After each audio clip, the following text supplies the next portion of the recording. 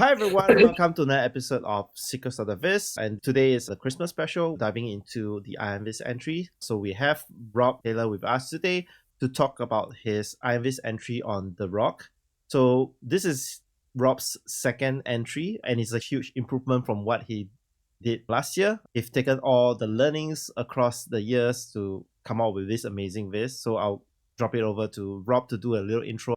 Hi Lewis, nice to meet you. Thanks for having me along. So I'm Rob Taylor. I live in York in England. Been using Tableau probably about 8 years, but I've only really been getting involved with the community for a year and a half. A good friend of mine, Danny Bradley, introduced me to it at my old place. And I just found it so interesting what everyone was doing. It put my eyes to the wider world of the data community. So yeah, I work for JLL. I'm a specialist BI analyst, so I get to play with Tableau, old tricks, data, all sort of cool techie stuff day to day and learning different skills. So let's dive into your Iron Viz entry. And I think Dwayne Johnson is a very interesting character. He started off with wrestling and then now he's in Hollywood, and we've seen like the evolution of his career over the past decade. Yeah, definitely. I'm a huge sports fan. I'm a huge movie fan. So when the category came up, entertainment, I thought this is perfect time to create something, trying to all encompass everything. I was an 80s kid, so growing up in the WWE era where you had all your Hulk Hogan and Macho Man and Randy Savage, all the really cool wrestlers at the time. Always had a big passion for wrestling. So I thought, yeah, let's do something about The Rock. And his strapline is the most entertaining man in all of entertainment. It started in all of sport, but he obviously progressed it to all of entertainment. But I thought, let's try and prove if he is the most entertaining man of all entertainment. So that's kind of where my idea for the Rock Viz came along. I wanted to really dig into what he'd done, how he'd done it, and what benefit it's had. Sounds good. So I'm an 80s kid as well. Back then, it wasn't called WWE, it was called WWF. So they had a few title renames like SmackDown and Raw and whatnot. But I remember a few characters from that time. I think Hulk Hogan, like you mentioned, Stone Cold Steve Austin, The Rock, Triple H, Brock Lesnar, Rey Mysterio, John Cena, and The Undertaker. Like those were my childhood. Yeah. And so your heroes at the time, weren't they? Mine was the Ultimate Warrior. I just really loved his character. He was just a bit wild, crazy, bad boy.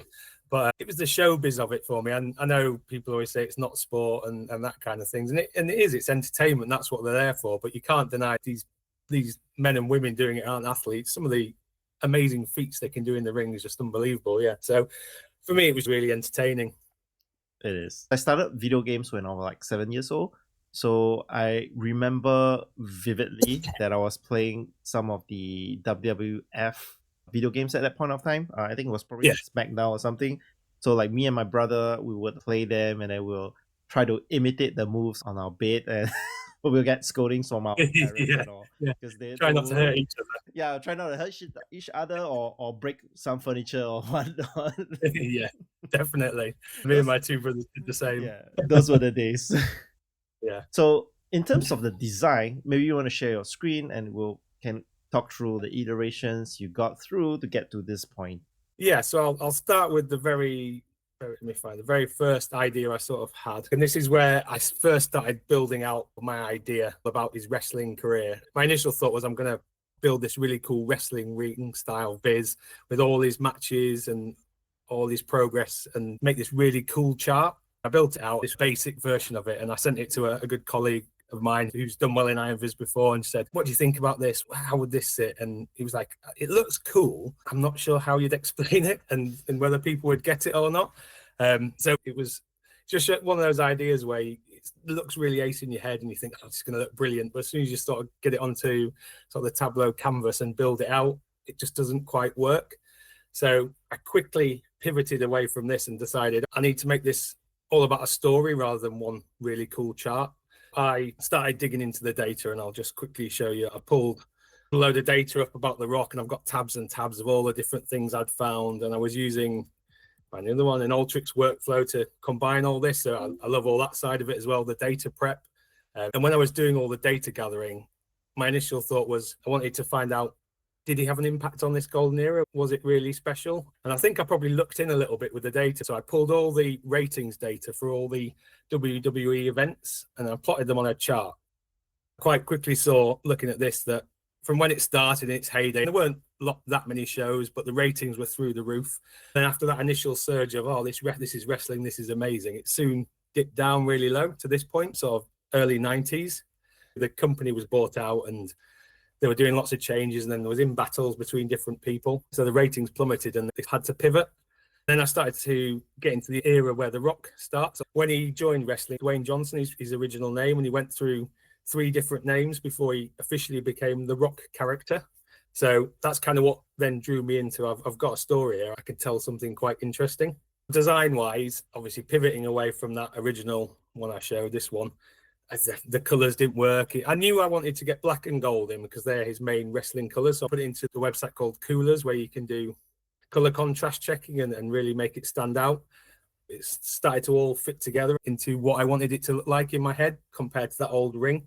So from there, I'll just quickly scroll down through this just to show you this was kind of my first iteration of it. There's all sorts of funky things going on with charts, and it's all quite squished together. The layout's not really perfect. I'd used strange icons for this scatter plot and things, and it wasn't quite, I'd got my story, I built out my story and got it there, but it didn't look right. So I did a session with Sarah Bartlett's feedback group, and they gave me some good iterations of what I wanted to do. And I pivoted away from that divider lines in and decided to put this flowing line through it. This was something I did at my old workplace, actually, where I built a big dashboard out for them because I worked for a train company. So it was a whole train line that was going down this and giving different train information based on what the subject was. And I thought I might try and recreate that here just to guide the user down and flow them through this different bit of story. So yeah, this is my final product after a few different iterations and different things. And this is where I finally got to the point where I was happy with the layout and now needed to really tweak the story and try and keep the user entertained. So The Rock, is he the most electrifying man in entertainment? At first, I looked at the impact he made, talked about how he affected the WWE. I wanted to look at how successful he actually was in the WWE. And then it drops down to this point. There's a huge gap, and then there's a little splurry of things here. And that sort of caught my eye. I was like, oh, what's going on here? Why has that happened? Let's just have a look at the belts he's actually won, all the different wrestling belts you can get in the WWE.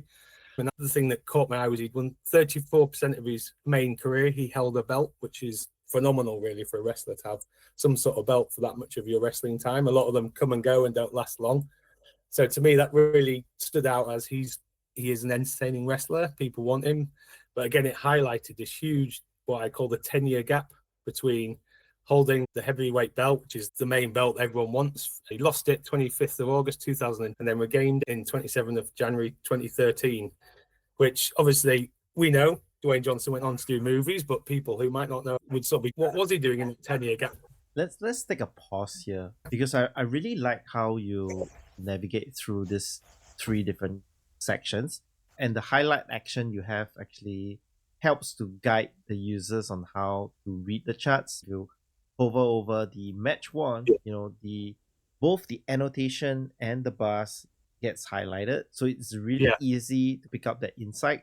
Likewise with the very first chart at the very top, you have the same feature over here, and it's really easy to follow the story. And I really love that you have this little annotation, or rather the information button that pops up a dynamic zone visibility that shows this beginner's guide. It's really interesting because not everyone knows what wrestling is, and this is a very good primer for just to get started before we go into detail for the entire list. Yeah, and that was one of the things that came out of the feedback with Sarah. She basically said, I know nothing about wrestling. You've got a lot of wrestling jargon in here. I want the charts to tell the story, but I tried to make it a bit fun and jovial and actually more personal. So I wrote it as if it was me telling the story. But again, there's a lot of jargon that most people wouldn't understand if they didn't do wrestling. So this idea came about from her. Actually, let's put a little beginner's guide in. What is wrestling? How did it progress? Just a nice little intro and a quick chart showing all the historic heavyweight title champions to see whereabouts The Rock was in this long journey that they've started on. I've done that in a couple of other places actually, which I quite like. Everything I've put in double quotes gives you a little tooltip of just explaining a bit more what it means. So the Most Electrifying Man, it talks about why he's got that reputation, and then especially further down. But yeah, I'm a big fan of really highlighting things, and I love annotations. If you look on my Tableau public profile, a lot of my vizzes, I use this style of annotation. I just think it looks really smart, but it's a good way to get that extra bit of context in without messing up the chart, in my opinion. I feel that this kind of annotation looks a lot better than like the boxed in, like the full boxed in ones. Yeah, definitely. So yeah, we got to this point, and again, it was that 10-year gap. I knew what was going on, but I go on to explain all about how he was trying to break into Hollywood. That's where he disappeared off to. Did a whole little scatter plot, and I got to use the movies and TV's data, which was readily available. I've loved both those data sets that Tableau have provided. I've done ones on both movies and TVs, which I've enjoyed doing, but I thought this was a great way to show these two slightly light reference lines show that gap between his two titles. So you can see he was just trying to break in. He did a load of movies, got really popular in Hollywood and really famous again. So WWE probably thought, right, let's bring him back and boost our ratings again.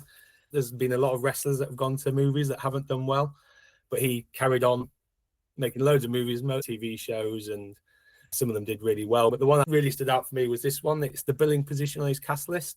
So for 26 of his 42 movies, he was billing position 1. So he was the top dog in that film, which is, I mean, unless you're an A-list Hollywood star, it's got to be unprecedented for anyone to be billing number 1 in that many movies. So again, I think it, obviously going back to my original question, is he the most entertaining man? I think it proves that he, not only did he do so well at wrestling, he broke into Hollywood and clearly did very well in Hollywood, and still is doing very well in Hollywood too.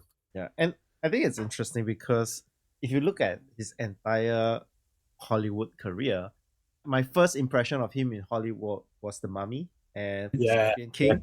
That had a really strong first impression I had with him. Then he went on to do really goofy films like The Game Plan, The Tooth Fairy, and going into really serious Fast and Furious, Red Notice, and the recent superhero films like Black Adam. So it's a lot of different genres that he has endeavored in. And like you said, it kind of proves that he is one of the most entertaining person in Hollywood, from wrestling to all these different kind of roles within the Hollywood films. Like not many actors or actresses endeavor out of so many different genres. Most of them have maybe 1 or 2 genres that they usually fall back on, and they get really, I would say, associated with certain roles and certain personas. Yeah, you get typecast almost, don't they, into a specific role. Obviously, seeing his movies and like you say, his flexibility and he's not typecast. I always, because he had that ability to change his character. Was he such a good actor? That's how he did so well in wrestling, or did he become a great actor from his wrestling? You'll never know, I suppose, will we? Yeah, I mean, my kids love Moana, so his character as Maui, even though it's just the voice, was really impressionable. It felt like it was him, right? No, it was just a voice, but like the animations, the movement, and the personality was basically The Rock. Which I guess is why they cast him for that role. But that was the other bit actually that came out of this as I was just looking at different data.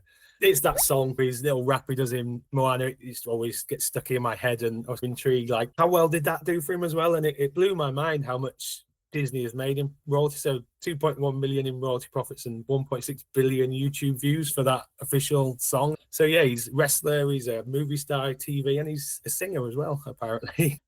Yeah, and I know they're in the works of doing a live action of Moana with him actually portraying Maui. Oh, really? That would be good. So it'll be really interesting to see how it goes. Yeah, definitely. For me, again, carrying on a little bit further, the bit that I really like about him is he's not one of these celebrities that's all about himself. He does so much for everyone else as well, and he always seems to be interacting with fans.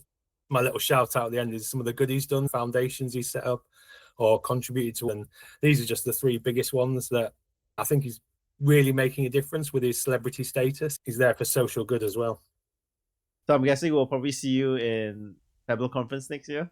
Well, hopefully be on the stage. I'm very competitive. I'd love to win, but I also know how good the competition is. And like I say, it's only my 2nd year, so plenty more to come after this one. You know, I do think that your story has a very strong fighting chance for this one. Oh, pun intended. Like it, yeah.